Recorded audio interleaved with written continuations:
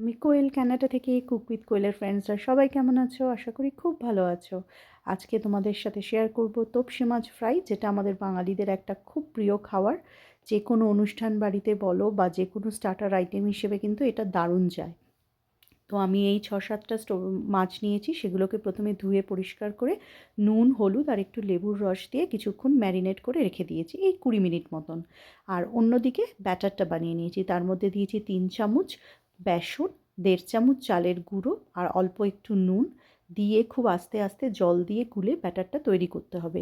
খুব ভালোভাবে ব্যাটারটাকে বানাতে হবে যাতে কোনো রকম লাম্প না থাকে, আর জলটা খুব বুঝে দিতে হবে যাতে খুব বেশি লিকুইডিশ না হয়ে যায়।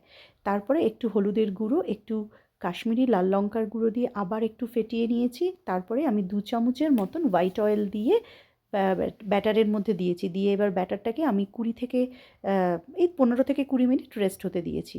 এরপর মাছগুলোকে আবার ওই ব্যাটারের মধ্যে আমি ডুবিয়ে এই ধরো ১০ মিনিট রেখে দিয়েছি। তাতে আমার মনে হয় মাছের গায়ে ব্যাটারের কোটিংটা খুব ভালো হয়। তো সেভাবে রেখে দিয়ে তারপর একটা প্যানের মধ্যে বেশ কিছুটা তেল দিতে হবে। এটা অবশ্যই ডুবো তেলে ভাজতে হবে। একদিন ডুবো তেলে ভাজা ফিশ ফ্রাই খেলে কিন্তু খুব একটা কিছু অসুবিধা হবে না, তাই না?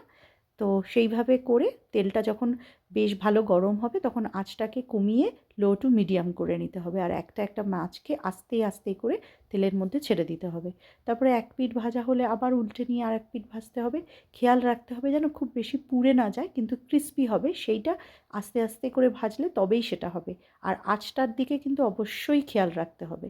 তো এইভাবে ভেজে তুলে রাখো একটা টিস্যুতে যাতে তেলটা অ্যাবজর্ব হয়ে যায়। তারপরে সাজিয়ে পরিবেশন করো। যে কোনো অনুষ্ঠানের দিনে অথবা বাড়িতে কেউ আসলে এটা ঝটপট কিন্তু বানিয়ে দেওয়া যায় যদি মাছটা রেডি থাকে। সবাই ভালো লাগলে শেয়ার করো। থ্যাংক